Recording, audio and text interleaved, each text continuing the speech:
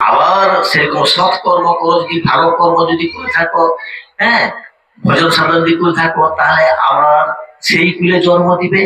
এটাই হলো পৃথিবীতে আসা যাওয়া। এটা থিয়েটার মঞ্চ, এই নাট্য মঞ্চ, এটা এই পৃথিবীটা, ধরাধামটা।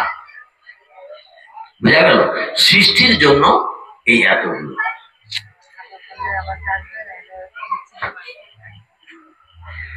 তাহলে গুরুদেবের আশা আকাঙ্ক্ষা শূন্য হতে হবে, বিচার বিবেচনাশীল হতে হবে, শিষ্য বাৎসল্য হতে হবে, ভগবত প্রতিমা পূজা অর্চন করতে হবে।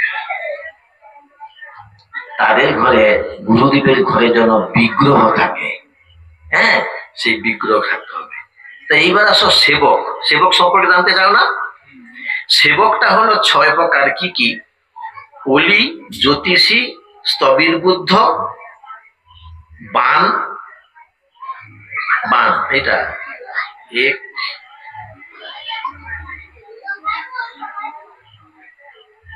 বান, একাকী, পেশিক, বিশ্ব। আচ্ছা, অলি, অলি মানে মৌমাছি। অলি মানে মৌমাছি। বলছিল না, গুনু গুনু গুনু গুনু করে একটু কষ্ট করে মন্ত্র উচ্চারণ করতেছে। হরে কৃষ্ণ মহামন্ত্র একটু জোর জোর করে বলতে হয়। কেন জানো? আমি তো করতেছি, আমাদের ইন্দ্রিয় যেন শুনতে পায়। আমাদের ইন্দ্রিয় যেন শুনতে পায়। শুনলে, যেমন ধরো সত্যি কথা বলতে, পড়ে না, জোর জোর করে পড়লে কিন্তু স্মরণ মরণ চিন্তনটা বেশিক্ষণ থাকে। মনে মনে পড়লে কি ঘুম মিশে যায়, আর থাকেনি, বুঝতে পারা যায়নি। আর জোর জোর করে যখন পড়া হয় না, তখন প্রতিধ্বনিটা কানে এসে বাজে, তখন মনে চিত্তে একটা ধ্বনি হয়ে গিয়ে দাগ কেটে যায়। বুঝতে পারে গেল তো? দাগ কেটে যায়। এটা এই মুখস্থ, সেটা সেই মুখস্থ। আর ওই সঙ্গে সঙ্গে বলছে, শাস্ত্রকাররা বলছে, ওই যে পিঁপড়াটা আছে, হ্যাঁ, মাছিটা আছে, ওরাও তো হ্যাঁ অধিকারী হতে পারে। সেই কথা হ্যাঁ, এগুলো অনেক দূরের কথা। কে কি হলো না, মোর কিছু হয়নি, আমি ওপর কিছু চিন্তা ভাবনা করবো। তাহলে সাধু গুরুরা বা কেউ যদি বলে যে একটু বাবা এই কাজটা করো, তো আশ্রমে তো আছে না, এই সেবকটা আশ্রমের কথা এখানে প্রযোজ্য। বুঝে না? বলি তাহলে গুনগুন করে ভজন সাধন করে যাচ্ছে, সে কোনো কেয়ার করেনি, তখন বাধ্য হন অন্যকে কাজের কথা বলবো। তাহলে ওরকম সেবকের প্রয়োজন নেই। আমি এর আগে কি বলে গেছি? তৎপর হতে হবে। তৎপর মানে গুরুদেব যা বলবে বা অন্যজনে যা বলবে সেটা তৎপর হয়ে সেবা পূজা অর্চন যা যাবতীয় করার কথা, কর্তব্য পরায়ণ তৎপর হতে হবে। এক কথা তৎপর দায়িত্বশীল ব্যাপারে। যেমন সত্যি কথা বলতে কত কথা বলবো, সাত্বিক, রাজসিক, তামসিক সময় জ্ঞানটা কিরকম জানো? অন্যদিকে আবার চলে যাও। একটা কিন্তু ক্লু দিছি, ক্লু মানে ইঙ্গিত, ব্রাহ্ম মুহূর্তে উঠা, এই তো সময়। এবার সাত্বিক সময় ব্রাহ্ম মুহূর্তে থেকে কত সময় পর্যন্ত ভগবানের কাজ। আবার রাজসিক সময় রাজা রাজাদের কাজ বা সকল জীবের কাজ। দেখো কলকাতা যেতে হয় ব্যবসা বাণিজ্য করতে, অনেকে ভোর চায়, কারণ দূর দূরান্তে যাবে বলে।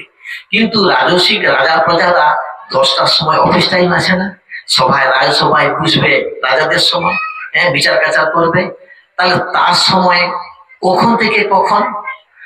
আর ভূত পেট রাক্ষস ভূতের জন্য সেটা কোন সময়, এটা পরের সময় ব্যাখ্যা করব। জ্যোতিষী, জ্যোতিষী মানে কি? হাত গণনা করে। সেই সেবক দেখে বলে দিল তোর দ্বারা কিছু হবে না। ভক্ত সেবকে বা ভক্তে কোন ধরনের কথোপকথন হয় না, খাওয়া দাওয়া তোর দ্বারা কিছু হবে না, হ্যাঁ, এরকম ভাবে মন্দিরে এরকম কথাবার্তা হয়। এই তোর দ্বারা কিছু হবে নি বা কি করতে পারে, গণৎকারের কথা বলতে গিয়ে একটা গল্প মনে পড়লো, শিক্ষামূলক কাহিনী। এক রাজা এক রাজা সন্তান হয়নি বলে এক সাধুর কাছে গেছে। সাধু কাছে গেছে, গেতে বলে বলে প্রভু আপনারা তো ত্রিকালজ্ঞ, একটু বলুন না কৃপা করে আমার সন্তান সন্তান কি হবে কি হবে না। তখন সে দেখে শুনে, জ্যোতিষী না তারা ত্রিকালজ্ঞ, তো ভাবলো তোমার তো হওয়ার লক্ষণ দেখতে পাইনি, তুমি বড় সাধন ভজন করো, পূজা অর্চন করো, যা যাবতীয় করো, তোমার এখন হবে নি, যদি কৃপা করে তো হবে। তো এই করে তো রাজা মনের দুঃখে রাস্তায় আস্তে আস্তে তার শিষ্য, সেও সাধুর মতো, যেমন সিঙ্গি সৌমিক মুনি ব্রহ্মজ্ঞ, তার ছেলে সিঙ্গি, তার অভিশাপে কি অবস্থা, ভাগবত শুরু হয়ে গেল। এ প্রসঙ্গে পরে বলবো, আমি ওই উদাহরণ দেওয়ার জন্য টেনে আনলাম আর কি। তাহলে কি হলো, সেই শিষ্য সাধুর মতো হয়েছে, সাধুর অজ্ঞ হয়েছে, গুরুর কাছকে আসতেছে, রাস্তার প্রতিমধ্যে দেখা হতে বলে আমি তো মনের দুঃখে ভাবে সন্তান হবেনি, এই জন্য সাধু বলছে, কাকার কাছে তো বলেনি, হ্যাঁ তোমার তো সন্তান হবে, বুঝো। তাহলে ভক্ত ভক্তের সঙ্গে হচ্ছে না, সেবক সেবকের মধ্যে হচ্ছে না, জ্যোতিষী বলছি হাত প্রমাণকারী, তো না তোমার সন্তান হবে। রাজা তো আনন্দে হবে, সত্যি সত্যি হবে, তো এই ভেবে তার ঘর চলে গেছে। এসে গুরুদেবকে বলছে, গুরুদেব একজন রাজা আসছিল আর আমি তাকে সন্তান হবে বলে বলেছি। আরে যেমন সিঙ্গি মুনি স্নান করতে গেছিল, তার সখা বলছি তার শিষ্যরা যে বলছে তোমার পিতাকে কি একজন গোলায় সর্প জড়িয়ে দিচ্ছে, হ্যাঁ আমার পিতাকে অপমান করছে, জল দিয়ে যার হবে হচ্ছে গিয়া অভিশাপ দিয়ে দিচ্ছে। এইবার ঘর আসছে, দেখো একসঙ্গে কতগুলো কথা হয়ে যাচ্ছে, আসছে তখন সিঙ্গি মুনিও জানতে পারেনি, ধ্যানস্থ জল জল চাইছে, শুনছে তো অন্য রাজ্যে চলেছে, কি সাপটা হলো কলি, এই কথা পরে বলবো, আমি শর্টকাটে মেরে দিই, হ্যাঁ শর্টকাটে মেরে দিই। তো তুমি কি করলে, আমি তো জানি ওর হবে না, কথা যখন দিচ্ছ কথা রক্ষা করতেই হবে, কথা রক্ষা করতেই হবে। এই বলে তো রাজার সন্তান হলো সেই শিষ্য মুনি, বুঝে না, সন্তান তো হলো, রাজপুত্র হলো, কথা বলেনি আর, কারণ সে তো নিজেই তো অনুতপ্ত। কি অনুতপ্ত কিরকম ভাবে, সৌমিক মুনি তার ছেলেকে বলছে কি জানো, পিতা সিঙ্গি তুমি ব্রহ্ম হতে পারো, কে অপমান করলো কি না করলো, না জেনে শুনে না বুঝে শুনে তুমি অভিশাপ দিয়ে দিল। তখন সৌমিক মুনি যখন ধ্যানস্থ জানতে পারলো, সেই যে বিষাছে জানতে পারলো, আরে তো পরীক্ষিত মহারাজকে অভিশাপ দিয়ে দিচ্ছে, কি ধার্মিক রাজা। তখন সিঙ্গি মুনিকে তার ছেলেকে বলছে, এই জন্য অল্প বিদ্যা ভয়ঙ্কর, এই জন্য কাকু রাজত্ব ভাব দিতে নাই, কাকু দায়ভার বিদ্যা শিক্ষা দিতে নেই, বুঝা গেল, হ্যাঁ দায়ভার বিশ্বাস বিদ্যা শিক্ষা দিতে নাই। সৌমিক মুনি গেছে রাজার বাড়িতে যাচ্ছে, আর পরীক্ষিত যা মুকুটটা খুলে ফেলছে, কি করে ফেললাম, তখন তার সাত্বিক বুদ্ধি উপস্থিত হয়ে গেছে, তখন ছিল তামসিক বুদ্ধি, হ্যাঁ আমাকে জল দেয়নি, এই হচ্ছে গিয়া সাপটা তখন পড়ে আছে, আরে বলি তো, হ্যাঁ সাপটা পড়ে আছে, ধনুক দিয়া জড়িয়ে দিচ্ছে, তামসিক জ্ঞান, বুঝে না, জড়িয়ে দিয়া দা চলে গেছে, তখনও পর্যন্ত মনের মধ্যে কোনো বিকার আসেনি, কেন ভর হয়ে আছে, তো ভর হয়েছে, চারটা বেঁধে চারটা দিচ্ছে স্বেচ্ছায়, কৌশল করে ওই 5টার বেলাটা বেশ বেশ পরে যাই হোক, তখন সেই মুনি শিষ্য মুনি সন্তান হচ্ছে রাজপুত্র কথা বলেনি, এইবার রাজা কি করবে? বোবা সন্তান আমি কি করবো? হ্যাঁ, কথা বলেনি, শুধু দেখে যায়, শুনে যায়, বুঝে যায়। হ্যাঁ, এই না, এইবার তখন ঢাক পিড়ল কি, যে আমার সন্তানকে চিকিৎসা তো করছে, যে আমার সন্তানকে মুখে কথা বলাইতে পারবে তাকে আমি আমার থেকে রাজত্ব, টাকা পয়সা, ধন দৌলত যা যাবতীয় মানে সবকিছু দিয়ে দেবো। এই একদিন এখন রাজা আর তার পাইক পট্টদারীরা বনে বেড়াতে গেছে। হ্যাঁ, বেড়াতে গেতে বনে কি থাকে? বেদ। বেদ শিকার করার জন্য সে উদ্ভিদে বসে আছে, কোথায় কিভাবে পাখিটা কি আছে, হ্যাঁ শিকার আছে। এখন এক পাখি, তার যা স্বর, তার যা ধ্বনি, সেই এখন বলছে, সাড়া দিচ্ছে। ওই সাড়া যা দিচ্ছে, ব্যাধ পুরুষ করে দিচ্ছে। তখন রাজকুমার কথা বললেই তো মরলে, কথাটা না বললে তুমি মৃত্যু হতো, কথা বললেই তো মরলে। এই গল্পটার বা শিক্ষামূলক কাহিনীর হেডটা হলো কথা বললেই মরলে। মানে একটা গল্পের তো একটা যাত্রার তো একটা নামকরণ থাকবে না? হ্যাঁ, নামকরণ থাকবে না? কথা বললেই তো মরলে। ওই যা রাজকুমার কথা একবার বলেছে, তার মানে পাখিকে উদ্দেশ্য করে বলেছে কথা বললেই তো মরলে। কি তো এইবার তখন পাইক পট্টদাররা কি ভাবলো, এই তো রাজকুমার কথা বলেছে, হ্যাঁ রাজকুমার কথা বলেছে, এই নিয়ে তো আনন্দের চোটে রাজকুমারকে নিয়ে বাড়ি গেছে। বাড়ি গিয়ে রাজাকে বলছে, রাজা মশাই রাজকুমার কথা বলছে। তা ঠিক আছে, ভালো, রাজ তো পাবেই করবে, তাহলে বলো, হ্যাঁ কথা বলো। আর কথা বলে না, আর কথা বলে না। না বলাতে এবার দেখো, তাহলে ওখানে তো পাখি মরলো, আর এখানে রাজা বলছে ও তোমরা মিথ্যা কথা বলে আমার ধন সম্পদ বিষয় আশয় নেওয়ার জন্য তোমরা মিথ্যা কথা বলেছ। হ্যাঁ, তোমরা যুক্তি করছো, যে 2 জন আসুক 5 জন আসুক, যাই যুক্তি করে আমাকে এরকম ধরনের করতেছ, তোমাদেরকে শুলে বসাবো কি দণ্ড দেবো কি মৃত্যু দেবো, একটা দণ্ডের বিচার ব্যবস্থা করছে। তখন কিন্তু রাজকুমার কথা বলছে, কারণ অপরাধীরা তো কেন নিরপরাধী, তারা ই করবে, দায়ভার নিবে।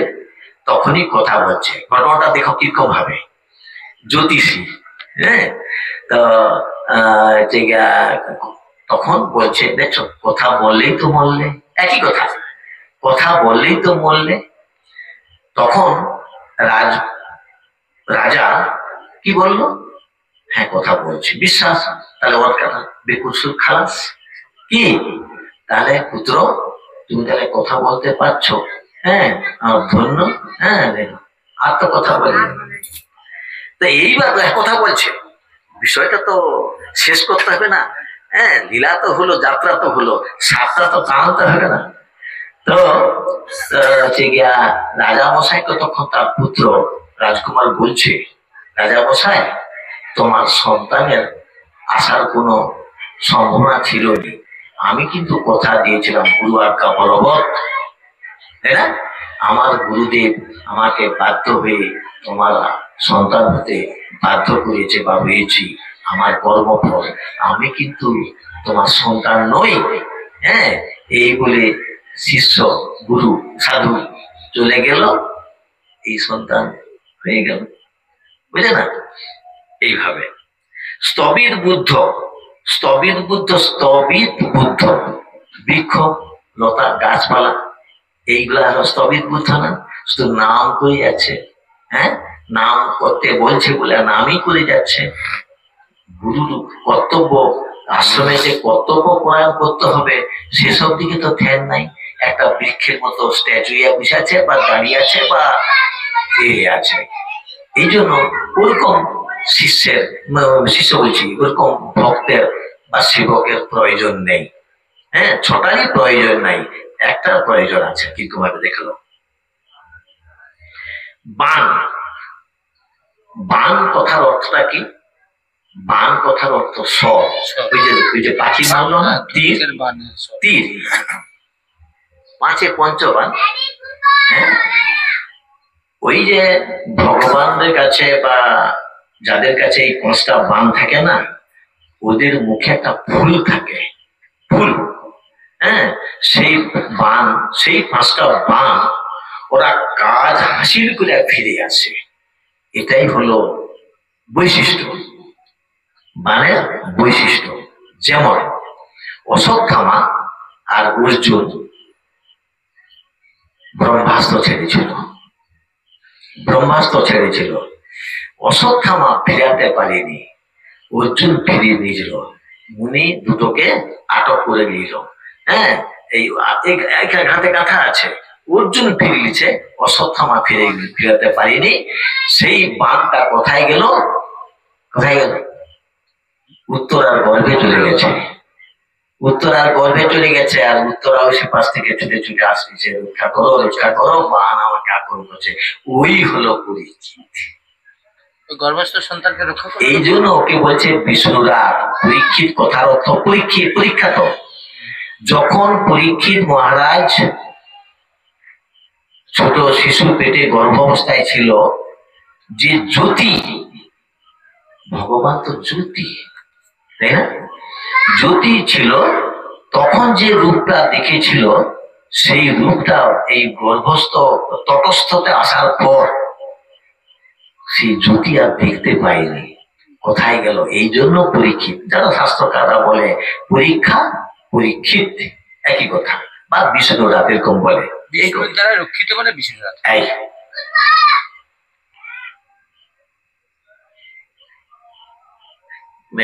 কিম একাকী।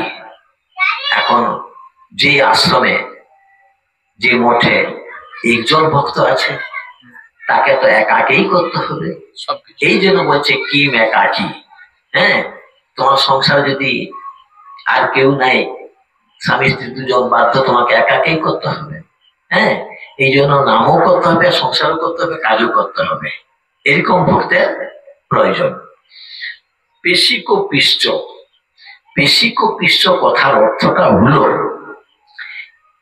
মহারাজ একজনকে বলছে, সে তত ছুটে এসা, তার দেখানি, মহারাজের দেখানি চলে আসছে, নাম কিনা, এই ভক্তকে যখন পাঠাইছি, এই সেবককে যখন পাঠাইছি, কাজ হবে। সে তখন কি করে জানো? শ্রীকান্তকে হুকুম করে, শ্রীকান্ত, মহারাজ বলছে এই জিনিসটা বুঝে দে। একে বলছে, একে অপরকে আদেশ করে, পেশিক ও পিষ্ট। বুঝা গেল? এরকম সেবক মঠ মন্দিরে দেখবো, যেমন ইস্কনে বলতে নাই, এই হয়, দেখি তো ছোট ছোট বাচ্চা টাচ্চা সব নামের মালালিয়া চলছে না। হ্যাঁ, ঠিক আছে, ভালো, আমি সম্বন্ধে বুঝার জ্ঞানটা আছে।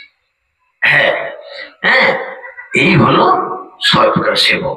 তাহলে গুরু সম্পর্কে মোটামুটি একটা ধারণা হলো। তাহলে গুরু কিরকম হতে হবে, জেনে শুনে করতে হবে। গুরু যদি গুরুর মতো না হয়, হ্যাঁ, তাহলে সেরকম গুরু ত্যাগ করা উচিত। তাহলে গুরুকে ত্যাগ করতে হয়, কি করতে হয় জানো? ভাগবতের 5ম স্কন্ধের 5ম অধ্যায় 18 নম্বর শ্লোকে বলেছে, গুরুর নশসাত স্বজন নশসাত, পিতা মাতা নশসাত, সজ্জনীয় নশসাত। অনুবাদটা কি? যিনি মায়ার কবল থেকে উদ্ধার হওয়ার জন্য গোবিন্দ ভজনের জন্য উপদেশ দেয় না, অথবা এই জগৎ সংসারে মৃত্যুর কবল থেকে চিরদিনের জন্য উদ্ধার করতে পারে না, সেই রূপ গুরু, মাতা পিতা, আত্মীয় স্বজন পরিত্যাগ করে নিজেই গোবিন্দ চরণ ভজন করা ভালো। সেরকম গুরু দরকার নাই। মাতা পিতার জন্য, তার মানে কি? মাতা পিতা যেমন, শোনো, কে? ধ্রুব। হ্যাঁ, ধ্রুব কেন? তার সারমা সুরুচি পাঠাইছিল বলেই তো, এই বাবার কোলে বুঝতে দেয়নি বলেই তো কৃপাটা হলো। হ্যাঁ, বেশ, এখানে প্রমাণ দিচ্ছে কি জানো? বলি মহারাজ গুরুর কথা তো ত্যাগ করেছিল, তাই না? মানেনি, গুরুর কথা মানেনি। বিভীষণ তো রামচন্দ্রকে তুষ্ট করার জন্য বা তার সঙ্গে প্রীতি করার জন্য রাবণকে ছাড়ছে। এমনকি তার যে পুত্র যুদ্ধে নিহত হলো। কি পুত্রের নাম কি জানো? তরণী সেন। যখন রামচন্দ্র যখন তরণীকে বধ করলো, অটোমেটিক বাচ্চাটি কি হয়? চোখ দিয়ে জল আসবে। কি বলতে পারছি ছেলে? দেখো এখানে যুক্তিটা কি? আত্মীয় স্বজন। তাই আত্মীয় স্বজন থেকে নিজের পুত্রকেও তো বলিদান দিল। কি তাহলে এইবার ভাবো, তখন রামচন্দ্র তখন ভাবলো, তুমি এতক্ষণ বলোনি কেন? বুঝা গেল? বেশ, বললে তো আর গোবিন্দ চরণ পাবে না। না হ্যাঁ, প্রহ্লাদ ভগবানকে প্রীতি করার জন্য তার মাতা পিতাকে ত্যাগ করেছে। হ্যাঁ, ভরত ভরত নিজের মাতা থেকে ত্যাগ করেছে, মাকে ত্যাগ করেছে। মা কুটির। হ্যাঁ, পরের যুক্তিতে চলে একটা কথা আছে না? পরের যুক্তিতে একটা কথা আছে নাকি? সতের গামছা ভালো, সতের কাঁধে চড়া ভালো নয়। কি এরকম হবে? তো সেরকম ভাবে রামচন্দ্রের বনবাসের জন্য মাতা কুন্তিকে ত্যাগ করেছিলেন। জার্গিক পত্নী উদাহরণ দেখে তার স্বামীকে ত্যাগ করছিল, তবু একজনকে আটকে রাখছিল। সে এমন ভজন সাধন করেছিল, সে সেইখানেই গোবিন্দ চরণ পেয়ে গেল। বুঝলে না? সে সেইখানেই পেয়ে গেল। তাহলে কিরকম ভজন জিনিসটা ভাবো। আচ্ছা, আমরা তো শুধু বলি সাধু সাধু সঙ্গ সর্বশাস্ত্রে কয়। লব মাত্র সাধু সঙ্গ সর্বসিদ্ধ। লব মাত্র কথার অর্থটা কি জানো? লব কাকে বলে জানো? লব এই চোখের পলক, বা একটা সূচ দিয়ে পাতাকে ছিদ্র করব যে সময়, এই কথার অর্থ লব। তো কত মাস কত বছর ধরে তো সাধু সঙ্গ করতেছি, তাই না? কত করতেছি, তো সাধু সঙ্গ করতেছি, কোন সিদ্ধি তো হয়নি। কি সিদ্ধি তো হয়নি। তো এইবার একটা কথা আসি। এক পণ্ডিত মশাই জানে যে পরীক্ষিত 7 দিন ভাগবত পাঠ করে উদ্ধার হয়ে গেছে, তার পুষ্প বিমান এসে তাকে নিয়ে চলে গেছে। এখন পণ্ডিত মশাই ভাবছে, তা আমার কল্যাণের জন্য আমি আর আমার আত্মীয় বর্গকে একটু মহাভারত পাঠ করাইতো, মহাভারত পাঠ করাইতো। এই বলে ভালো উপযুক্ত পাঠক এসে 7 দিন ধরে মহাভারত পাঠ করানো হয়েছে। ভাগবত নয়, মহাভারতের যা লীলা সেটাই বর্ণনা করছে। তো 7 দিন হয়ে গেছে। 7 দিনের পর দেখো আবার একটা লীলায় ঢুকে যায়ছে। 7 দিন পর এখন কন্যাকে বলছে, মাতা তুমি 7 দিন যে ভাগবত হলো, তুমি কি উপলব্ধি করতে পারছো, কি জ্ঞান অর্জন করছো বলো না। বাবা, আমি এইটুকু বুঝছি, নারী জাতি 5টা স্বামীতে যদি সহবাস করা হয় তাতে কোনো পাপ হয় না। কিছু বুঝলো? ওই যে পঞ্চস্বামী, হ্যাঁ, এটাকে লক্ষ্য করেই বলতেছে, নারী যদি 5টা স্বামীর সঙ্গ করে তাহলে বাহ্যিক আর অভ্যন্তরীণটা তো বুঝলেন। বাহ্যিক আমরা, অভ্যন্তরীণ দ্রৌপদী। তাহলে অভ্যন্তরীণ কথাটা একটুখানি বলে দিই। দ্রৌপদী আর ধৃষ্টদ্যুম্ন 2 ভাই বোন। দ্রুপদ রাজার কন্যা, দ্রুপদ রাজার সন্তান বুঝলনি না হওয়াতে তখন মুনির কাছে গিয়ে বলতে, ওই যজ্ঞ করে, ওই যজ্ঞে যখন আহুতি দিচ্ছিল, চিতাহুতি দিচ্ছিল, ওই যে আচ্ছা বলো তো, এগড়া জ্বাললে যজ্ঞ করলে একটা অগ্নিশিখা যে প্রচুর বাড়ায়, কিরকম হয়? কুণ্ডলি পাকায় না? হ্যাঁ কিনা? এই যে চাঁচুরি হয়, বা ঘরে আঙুল লাগলে মনে বহুত, আরে কারে ঘরে আঙুল আছে, শিশাটা দেখা যায়, ইত্যাদি ইত্যাদি। অভ্যন্তরীণ জ্ঞান হলো পঞ্চভূতের স্বামী দ্রৌপদী তো তার হয়ে আছে। পঞ্চভূতের স্বামী, পঞ্চভূতটা কি বলো? এই কথা তো বারবার হচ্ছে, ক্ষিতি অত্যেত মরুদ্গম, তাই না? তত্ত্বটা দেখো, হৃদয়ঙ্গম করো। পঞ্চভূত ক্ষিতি যোগ্য হচ্ছে না? হ্যাঁ, আগুন দিচ্ছে, অগ্নি, ক্ষিতি অপ তেজ মরুদ্গম, তত্ত্বটা দেখলো পাঁচটা। ওই তো পাঁচটা স্বামী মিলিয়েই তো দ্রৌপদীর, ওইখান থেকে তার স্বামীত্ব বরণ হয়ে গেল। তো বুঝছে না? এটাই গভীর তত্ত্ব। তো ধৃষ্টদ্যুম্ন তার ভাই, আর হচ্ছে গিয়া দ্রৌপদী তার বোন, দ্রুপদ রাজার কন্যা। পঞ্চ সতীকে কে জানো? পঞ্চসতী কুন্তী, কুন্তী, মন্দোদরী, দ্রৌপদী, অহল্যা, তারা। বুঝা গেল? দ্রৌপদী তো এক নম্বর হয়ে গেল, ও তো অজনী সম্ভাবনা হলো না কি? দ্রৌপদী অজনী সম্ভাবনা। আর কুন্তী এমন ভক্ত, যদিও দুর্বাসার আশীর্বাদে সন্তান হয়েছে, হ্যাঁ, সেও তো অজনী সম্ভবা, ওই পঞ্চপাণ্ডব অজনী সম্ভবা। হ্যাঁ হ্যাঁ, এসব গভীর তত্ত্ব তো এসব। আচ্ছা, মন্দোদরী সেও হচ্ছে গিয়া সতী।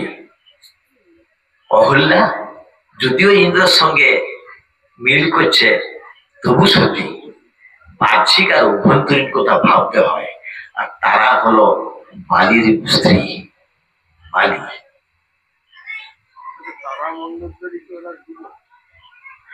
সেটা কোথাও পাইনি সেরকম ধরনের, বলতে পারে, কোনো বাধা নাই।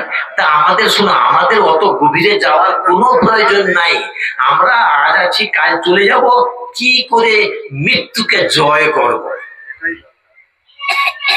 আমাদের বংশ পরিচয় জানা দরকার নাই, আর কে কি করলো না করলো আমার দেখা দরকার নাই। আমি আজ আছি, কাল থাকবো নি। আমি কিভাবে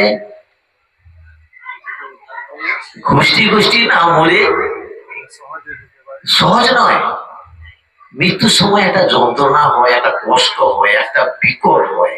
এইবার আসো, যারা সত্যি সত্যি সাধন ভজন করে তাদের মৃত্যুর ভঙ্গিটা একটা আলাদা। আর যারা সাধন ভজন করেনি, নাস্তিক, তাদের মুখমণ্ডল দেখে বোঝা যায় এ নরকগামী, এ নরক নরক। কালকে বলছিলাম না, নরকে গেল না স্বর্গে গেল? হ্যাঁ, নরকে গেল না সঙ্গে, এটার জন্য একটা বাহ্যিক ব্যাপার। দৈবিকটা হলো কিরকম ভাবে জানো? কিরকম ভাবে মুখমণ্ডলের আকৃতিটা পাওয়া যায়?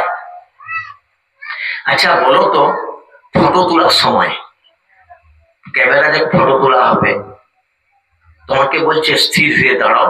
তা এইবার আমি তো লেন্স ফেন্স ঠিক করবো, স্ট্যান্ড ফ্যান করবো, ইত্যাদি ইত্যাদি। তুমি তো বসে করছো, বসে এইবার চিরদণ্ডের মাগিয়া যা যাবতি করে বুঝছো। কতক্ষণ থাকবো দেখবো। যারা একটা কথা কি জানো, মানে এটা আছে, এটা আছে কি জানো, ভক্তের কোনো অভিশাপ নাই, অজ্ঞানীর চিত্ত স্থির নাই। দেখো এইখানে আছে, এই দেখো, সাধু সংগ্রহ হচ্ছি, বলতে বলতে কত কথা বলতে বলতে অটোমেটিক এসে গেল। এইবার সঙ্গগুণ কার কার সঙ্গে করতে হবে, এটা সেই কথা বলতে যাচ্ছি। অজ্ঞানীর চিত্ত স্থির নাই, তার মানে যারা নাস্তিকের কোনো নাম জপের কোনো মনেই নাই, অজ্ঞানীর চিত্ত স্থির নাই। এবার এই যে এই প্রসঙ্গে এসে গেল কি, আমাকে বুঝতে বলছে, তুমি বুঝবো। যারা সাধন ভোজন করে, যারা সাত্বিক, তারা স্টিল নাও যদি বুঝে রাখতে বলো, সে স্টিল নাও বুঝে থাকবে। এটাই ধৈর্য। এই জন্য তো ধ্যান, এই জন্য তো ধ্যান, এই জন্য তো প্রাণায়াম, এই জন্য তো ব্রাহ্ম মুহূর্তে উঠে সন্ধ্যা উপাসনা করা, গায়ত্রী জপ করা, এই জন্য তো প্রাণায়াম করা, এক নিঃশ্বাসে একটা কথা বলা। করতে করতে করতে করতে কি হয় জানো, ওই যে সৌমিক মুনি স্থির হয়ে যেমন বসে আছে, খোসাটা পড়ে আছে, এটা খোসা ছোবড়া একটা আকৃতি, চলে গেছে আত্মাটা চলছে, লাভডুব লাভডুব করতেছে, অন্তর মন চলে গেছে বিভিন্ন জায়গায়, ত্রিকালজ্ঞ দেখতে পাচ্ছে, বুঝতে পারে না। তাহলে এইবার ক্যামেরাম্যান যখন ফটো তোলার জন্য প্রস্তুতি নিচ্ছে, সেই সুযোগে তোমার যে কতবার চোখ ঝিমটানা, এখানে মশা এখানে মশা, এই সেই হচ্ছে কিনা, তদ্রূপ যারা সাধন ভোজন করে না তারা ওই রকম বিকৃতে, তার মানে তত্ত্ব জ্ঞান উপলব্ধি করতে পারেনি, হ্যাঁ, তখন তাদের ওই মৃত্যুর সময়, যে বললাম মৃত্যুর সময় একটা ঝাঁকুনি হয় প্রচুর, কেন প্রাণবায়ুটা এত বেরোবার সোজা নয়, হ্যাঁ সোজা নয়, কষ্ট হয়। কিন্তু এই যে ওই জন্য বলছি না মৃত্যুকে জয় করা, এই জন্য বলতেছি বারে বারে, জপ করো তপ করো মতে জানতে পারলে হয়, তার অর্থটা গভীর, শুনতে সোজা। জপ করো তপ করো যাই করো না কেন, তুমি জানতে পারবে আমি আর থাকবো না। কিছু বুঝা গেল? আমি আর থাকবো না, সে আজ হোক কাল হোক দুদিন পরে হোক, নিজে নিজেই বুঝতে পারবে যারা সত্যি সত্যি সাধন ভোজন করে। আর যারা হ্যাঁ হ্যাঁ হ্যাঁ সেই জন্য তো বুঝছো, তাহলে কি হলো, ক্যামেরাম্যান রেডি করছে, আর যে তাত্ত্বিক ভক্ত সে স্টিল না বসে আছে, কতক্ষণ থাকতে কি করে করুন, আমার তো কোনো ইয়ে নেই, মশা বুঝতে বুঝতে এই করছে বুঝতে বুঝতে, হ্যাঁ স্টিল না বসে আছে, এটাই সহ্য। প্রমাণ প্রমাণ এসব কথা কত আগে আছে জানো, কর্ণ, জানো কর্ণ পঞ্চ পাণ্ডবের এক ভাই, কুন্তির বাল্য পুত্র, কুমারী অবস্থায় সূর্য পুত্র কর্ণ। কর্ণ অস্ত্রবিদ্যা শেখার জন্য এক মুনির কাছে বিদ্যা অর্জন করছিল, ব্রাহ্মণকে দিবে না, ক্ষত্রিয়কে দিবে না, ব্রাহ্মণকে দিবে। ও ব্রাহ্মণের পরিচয় হইয়া তার কাছে বিদ্যা শিক্ষা দিচ্ছে। এখন গুরুদেব এই এতে মাথা দিয়া ঘুমাচ্ছে, আর একটা মাকড়সার মাথায় বিষ আছে, মুখে কামড়াচ্ছে, রক্ত পেয়ে যাচ্ছে, ক্ষত্রিয় তো সহ্য করতে পারে, বুঝা গেল? সেরকম হবে যারা সাত্বিক জ্ঞানী, তত্ত্ব জ্ঞানী, মৃত্যু হবে হবে। যেমন পরীক্ষিত 7 দিন নাই খেয়ে দিয়ে অনশন ব্রত করে ভগবত ভজনে ছিল, হ্যাঁ, আর সাপ এসে বসে আছে, মারতে পারেনি, ছোবল মারতে পারেনি, কেন জানো? ও তো বিভোর হয়েছে, ভগবানের তন্ময় হয়ে গেছে যশোদার মতো, হ্যাঁ, মারতে পারেনি। আচ্ছা ওই প্রসঙ্গে বলি, কটা কথা বলবো। মহাদেব সমুদ্র মন্থনের সময় প্রথমে কি উঠছিল? বিষ না, প্রথমেই বিষ, আরে কামধেনু উঠছিল, বৃক্ষলতা কল্পতরু গাছ ছিল, নানা রকম উঠছিল, প্রথমে বিষ উঠছিল। হ্যাঁ, বিষ উঠাতে, সমুদ্রে যদি বিষ উঠে, গোটা বিষটা যদি সমুদ্রে চলে যায়, কারা মরবে? আমার জীবরা মরবে না? সবাই মরবে, গরু ছাগল মেয়েরা 84 লক্ষ জীব মরবে। ভগবান বিষ্ণু বলি, ভগবান মহাদেব বিষ পান করেছিল। কোথায় রাখছিল? নাম কি ছিল? নীলকণ্ঠ। আচ্ছা কেন বলতো ঘুর মারল নি?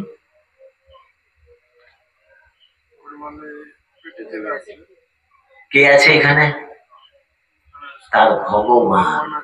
অহং বৈশানুর ভূতা প্রাণীনাং দেহমাসিতা প্রাণাপান সমাযুক্ত পচামনম চতুর্বিধম। পেটের মধ্যে প্যানক্রিয়াস আমাদের আছে, ইংরেজিতে, বাংলায় বলে অগ্নাশয়।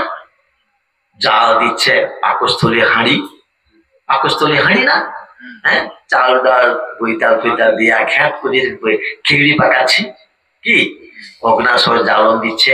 ওই হলো ভগবান বিষ্ণু কি হয়ে যাবে না, হজম করে নিবে। যেমন ব্রহ্মাস্ত্রকে যখন উত্তর থেকে নাশ করছে, আমি কেন পাঠাতে যাব, বুঝে গেল।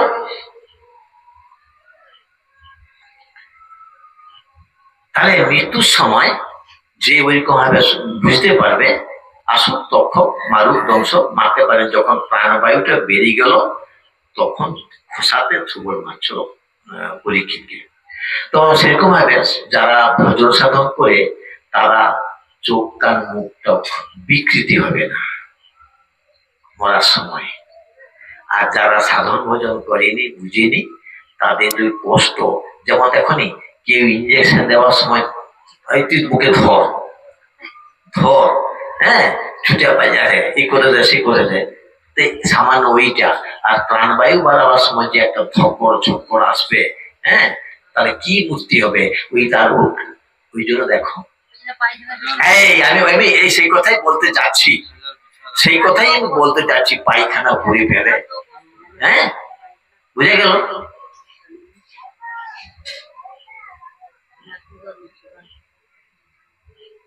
আচ্ছা বেশি লীলাতে যাবনি, বেশি কথা যাবনি।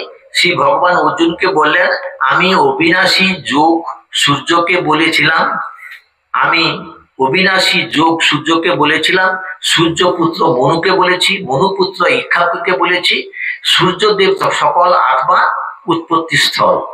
ভগবান ভগবান আমরা বলি, অ্যাকচুয়াল ভগবান কে জানো, এই পঞ্চভূত আর তোমার দেহের মধ্যে অবস্থিত হয়ে সাক্ষী রূপে আছে তোমার অন্তর মন চিত্ত, বুঝছো। তত্ত্বজ্ঞান হয়ে গেলে, আমি কাল যেমন বলছিলাম না, কাজ বলছে তুই সম্পূর্ণ পেকে গেছু, সম্পূর্ণ জ্ঞান অর্জন করে ফেলছু, তুই আবার যা সৃষ্টি করবি, আমি মোর বয়স হয়েছে কেটে দিবে বা মরে যাবো নিজে নিজে, হ্যাঁ তুই আবার নতুন করে সৃজন কর, তাই তো কি।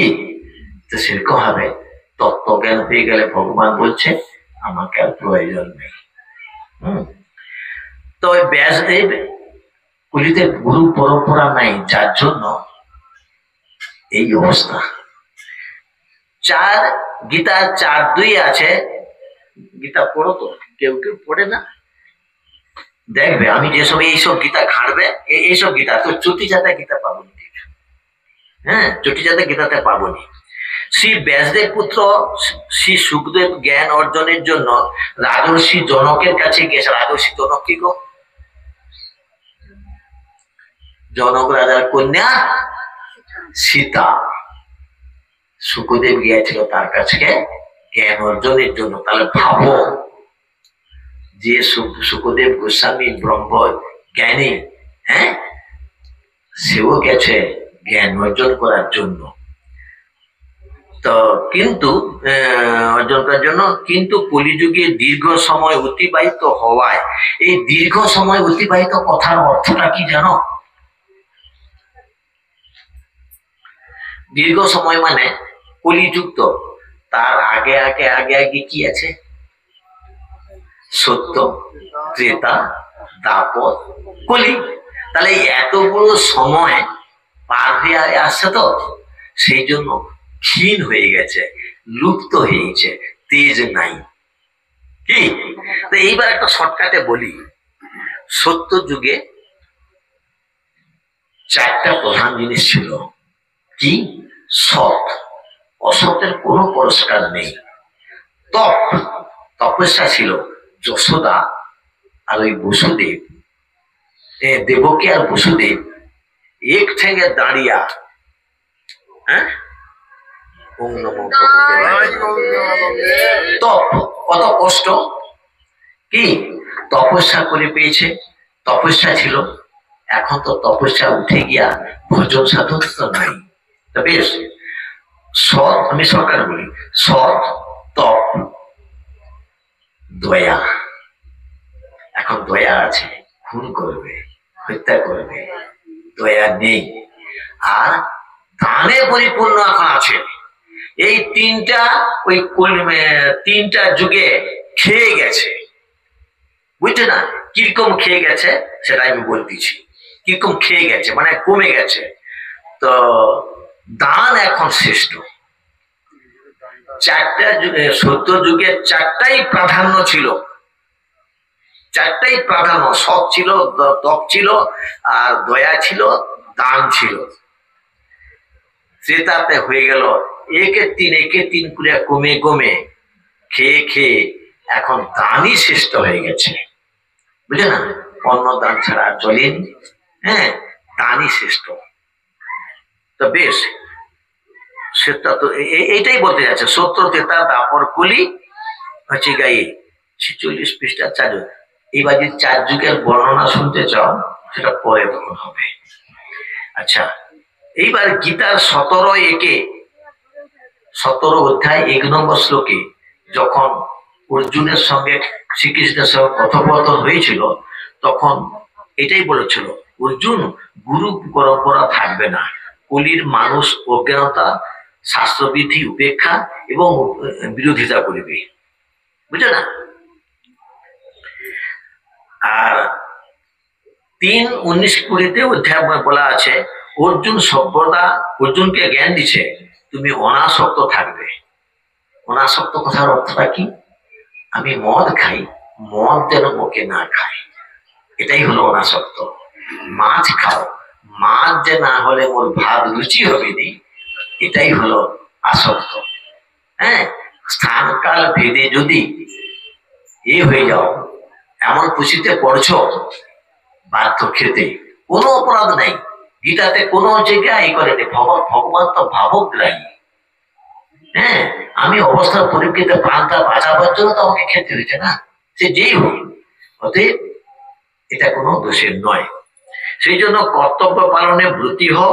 অনাসক্ত হলে, নির্লিপ্ত হলে, কর্ম করলে পরমাত্মার গুণ লাভ করা যায়।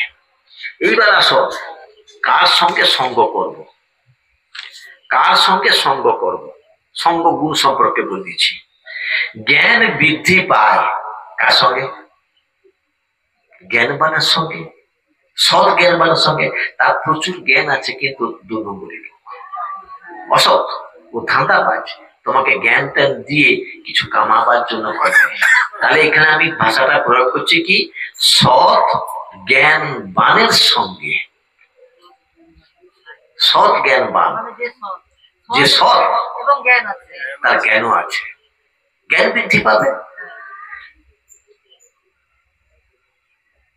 বিবেক বুদ্ধি বাড়ে সৎ গুণীর সঙ্গে বা সৎ গুণবানের সঙ্গে, একই কথা। বিবেক বুদ্ধি বাড়ে, যে গুণী লোক হবে, সৎ হবে, বলে না এটা এটা করিস নি, ওটা করিস নি, এইভাবে কর, সেইভাবে কর। হ্যাঁ, যারা সৎ গুণী না, ধৈর্য পরায়ণ হয়। আচ্ছা, ধ্যান বৃদ্ধি পায় তপস্বীর সঙ্গ বলে। তপস্বীর সঙ্গ পেল, তপস্বী কাকে বলে? ওই যে এক জায়গায় দাঁড়িয়ে হয়, তপস্যা করে, কি বা যারা। কাম বৃদ্ধি পায় নারীর সঙ্গ দিলে। এটা গোপন অর্থে, কাম বলতে কামনা বাসনা হলে, ওই জন্য বলছি না, খাও, তোমাকে যেন না খেয়ে ফেলে। হ্যাঁ, তোমাকে যেন তিরঙ্গা না খেয়ে ফেলে, এটাই হলো কথা। ক্রোধ বাড়ে অজ্ঞানীর সঙ্গে, এবং ক্রোধ বুদ্ধি বিনাশ করে। অজ্ঞানী কেন?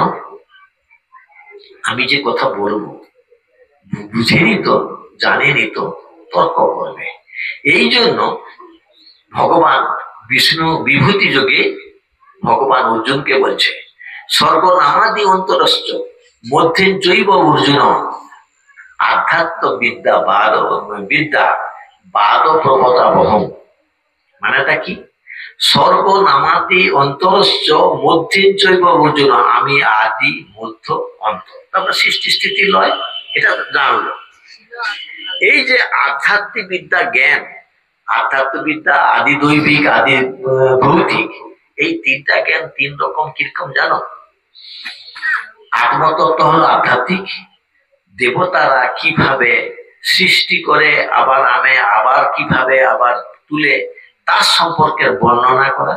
আর ভৌতিক, এই জগৎ সম্পর্কে বর্ণনা। তার মানে ঘুরে ফিরে এই 3টাই হলো জগৎ। কেন আমরা কোথায় আছি? আমরা এই জগতে তো আছি।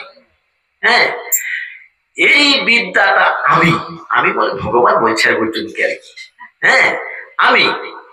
এইবার যখন ভগবান কৃষ্ণচন্দ্র যখন অর্জুনকে কথা বলল, এবার এসে যাবে না, হ্যাঁ তুমি সব জানো, তুমি যেমন অর্জুনও তো বলেছে প্রভু, মানে অর্জুন কৃষ্ণকে বলছে, প্রভু তুমি সূর্যকে যে জ্ঞান দিছ, সূর্য কত যুগ যুগ, আর তুমি তো কাল কাল হচ্ছ, কাল মানে তারপরে, হ্যাঁ তো এটা কিরকম ভাবে হলো, এটা তুমি ঠিক বলনি, প্রশ্ন হলো না, এটা তর্ক এলো না, বুঝে না? সেই জন্য বলেছে অর্জুন কে তার্কিক গণের মধ্যে যখন একটা বিভিন্ন রকম বাদ বিতণ্ডা এসে যাবে, আমি বাবু বাদ। কৃষ্ণ ভালো ভালো জ্ঞানী লোকের, যেমন মহাপ্রভু, মহাপ্রভু তো বৈষ্ণবদের সঙ্গে পারলনি, তো পারিনি, তো লড়াই করেও পারেনি, জ্ঞান দিয়েও পারেনি, শেষ পর্যন্ত খুন হতেও চায়। এই নেটে আমরা দেখতে পাই খুন করছে, উড়িষ্যার কন্যারা খুন করেছে, তার প্রমাণ সহ সব নেটে দেখাচ্ছে, হ্যাঁ সেটাকে কেউ এড়িয়ে যাচ্ছে। তো যাই হোক, আমি অত সব বিতর্কে যাবো না, হ্যাঁ আফসোস হয়, দুঃখ হয়, কিন্তু সে যেভাবে জ্ঞান উপদেশ দিয়ে গেছে সেটাই তো ভাবতে হবে। ওই জন্য চৈতন্য ভাগবত হলো গীতা ভাগবতের সমন্বয়ে জ্ঞান, বুঝা গেল? তাহলে কোথায় ছাড়লাম বলতো? ও তার্কিক গণের মধ্যে যখন বিভিন্ন রকম বাদ বিতণ্ডা এসে যাবে, তর্ক এসে যাবে, আমি বাবু বাদ যে হতে পারবে, মানে সেখান থেকে যে ছেড়ে আসতে পারবে, সেই তার জ্ঞানী, সেই শ্রেষ্ঠ। বিবিধ যোগ ওই জন্য বলছে না, বিবিধ যোগ মানে কি জানো? শ্রেষ্ঠত্বের বিচার, ঐশ্বর্যের বিচার। এরকম ভাবে ক্রোধ বাড়ে অজ্ঞানীর সঙ্গে ক্রোধ। এত কথা বলেছি তা সত্ত্বেও এই যে তুমি, হ্যাঁ অবুঝ তর্ক করে দিয়ে পারবো, সেই জন্য থেমে যেতে হয়, হ্যাঁ। তো আর কি, নিজের বুদ্ধি, নিজের ব্রেন তখন পাজল হয়ে যায়, মানে পাজল হতভম্ব হয়ে যায়, এর সঙ্গে কি কথা বলবো, এনার্জি লস হয়ে যায়। লোভ বাড়ে, দেখো কাম ক্রোধ লোভ মোহ, ছটা ঋতু দিচ্ছি। তো লোভ বাড়ে ধন সম্পদে চিত্ত দিলে, চিত্ত মানে অন্তর, মন আর চিত্ত তুমি যদি ধ্যান তখন বলবো যে খেতে হবে, আজ খেয়ে কাল খাবো, কি হবে, মাত্রা তো আছে না, হ্যাঁ। এবং সততা নষ্ট করে, লোভ কিন্তু সততা নষ্ট করে। মোহ বাড়ে অসতের সঙ্গে থাকলে, যেমন ঘুষ নেওয়াটা অসৎ, এইভাবে। অহংকার জ্ঞান নষ্ট করে, প্রায়শ্চিত্ত পাপ ধুয়ে দেয়, আর অধিক চিন্তা আয়ু ক্ষয় করে, এটা বাস্তব সত্য। টেনশন, ওই যে মনের শারীরিক, মনের হচ্ছে গিয়া অশান্তি, এই চিত্ত মন এক হয়ে গেলেও দুটো পার্থক্য আছে। কিরকম? ইন্দ্রিয়, মন, বুদ্ধি, চিত্ত, আমি এই তিনটা ক্যাটাগরি, চারটাকে ভাগ করতেছি, শুনো। ইন্দ্রিয় জ্বালায় মন টিকতে পারেনি, ইন্দ্রিয় জ্বালা মানে তো বুঝলো, হ্যাঁ, মন কর্তা শুনতে চায়নি, চঞ্চল হি মন কৃষ্ণ। এইবার মন কিন্তু বুদ্ধিকে জানে, বুদ্ধি কিন্তু মনকে জানে। তুই ভাগবত আসলে যে ইন্দ্রিয় গুলাকে কন্ট্রোল করতে পারলো, হ্যাঁ, তো এই তাদের বস হয়ে গেল, হ্যাঁ। তো বুদ্ধি জানে যে ভাগবতের সামনে এইটুকু বুঝছি, সাত্বিক বুদ্ধি হতে হবে, আমাকে রাজসিক তামসিক বুদ্ধি হলে চলবে না। বুদ্ধিটা হলে সঞ্চয় করবে, লাভ ক্ষতির বিচার করবে, বুদ্ধি লাভ ক্ষতির বিচার করবে, ন্যায়বোধ বিচার করবে, কর্তব্যবোধ বিচার করবে। চিত্ত কিন্তু স্থির, সংসারের স্বামী স্ত্রী ঝগড়া, বৌমা বেটায় যুদ্ধ হচ্ছে, নীরবে উষা ভাব দিচ্ছে, অশান্তি এই ভোগ করতেছে চিত্ত মনে মনে, এটাই হলো শান্তি। এই জন্য কি বলছে জানো, শান্তির সমান কোন সুখ নেই, কিছু বুঝলো? এই জন্য তো বলা হচ্ছে শান্তির কোনো সুখ নেই, সত্যের সমান কোনো তপস্যা নাই। বাস্তব সত্যটাকে নির্ণয় করতে পারলে সেটাকে আঁকড়ি থাকলে একটা ঝড়ঝাপটা আসবে। ওইটাই তো ভগবান, ওই জন্য তো বেদের স্তুতিতে বলেছে নির্দ্বন্দ্ব নিত্য সত্যস্থ নির্যোগক্ষে আত্মবান। যে ভক্ত নির্দ্বন্দ্ব মানে তার মনের মধ্যে কোনো রাগ দেশ ক্রোধ কি হিংসা নেই, সমদর্শী গুণাতীত সমভাবপন্ন, আর কি সত্যের উপরে স্থির। বৌমা কেস করলো, মা কেস করলো, নানা রকম অসুখ বিসুখে ভুগলি, এটাই হলো ভাবতে হবে আমাকে যতই কাঁদাও দেখবো তোমার চোখের জলে। তত্ত্বটা কি হলো? আচ্ছা, মহাপ্রভু আর শ্রীকৃষ্ণ একটা দেখুন ছবি ক্যালেন্ডারে আছে, হ্যাঁ, ভাবে মহাপ্রভু তো ধ্যানস্থ, তার অঙ্গভঙ্গি দেখছো তো আজানুলম্বিত পুজো কোন কাবদত বিভিন্ন রকম। তো সে বলছে, ছোট করে লেখা আছে, যতই কাঁদাও তুমি দেখবো তোমার চোখের জলে। আমি বলছিলাম না, চোখের জলটা এত সহজ জিনিস নয়। ভাবাবেগে কাঁদা আর ভজন সাধনের মধ্যে কাঁদা পার্থক্য আছে। অতএব দেখো তো তোর পেটকে গড়, ওই যে নত শিকার হচ্ছে, আর তোকে বেঁধে ছাড়বো, এই তার অহংকার। হ্যাঁ, আর যখন ভাবলো চোখের জল পরিশ্রম হয়েছে না, চোখের জল সহ্য করতে পারো, ধরা দিল, হ্যাঁ, তাহলে ভগবান কৃপা করলেই হবে, দয়া করলেই হবে, তাই তো। পরমাত্মা লাভের সমান কিছু নেই, ভক্তের কোনো অভিশাপ নাই, বরং আশীর্বাদ। কত প্রমাণ চাইব, হ্যাঁ। আর ঋণের কোনো সুখ দুঃখ নাই, ক্রোধীর কোনো গুরুজন নাই, লোভীর কোনো লজ্জা নাই।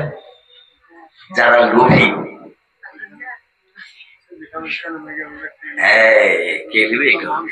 আর কথা একটা বলবো নি, কামুকের কোনো সম্মান নেই। হ্যাঁ, বন্ধু কোথাও আছে? ঠিক আছে, চলো। হরে কৃষ্ণ কৃষ্ণ কৃষ্ণ হরে হরে, হরে রাম রাম রাম হরে হরে। জয় শ্রী তাই গৌর প্রেমানন্দে।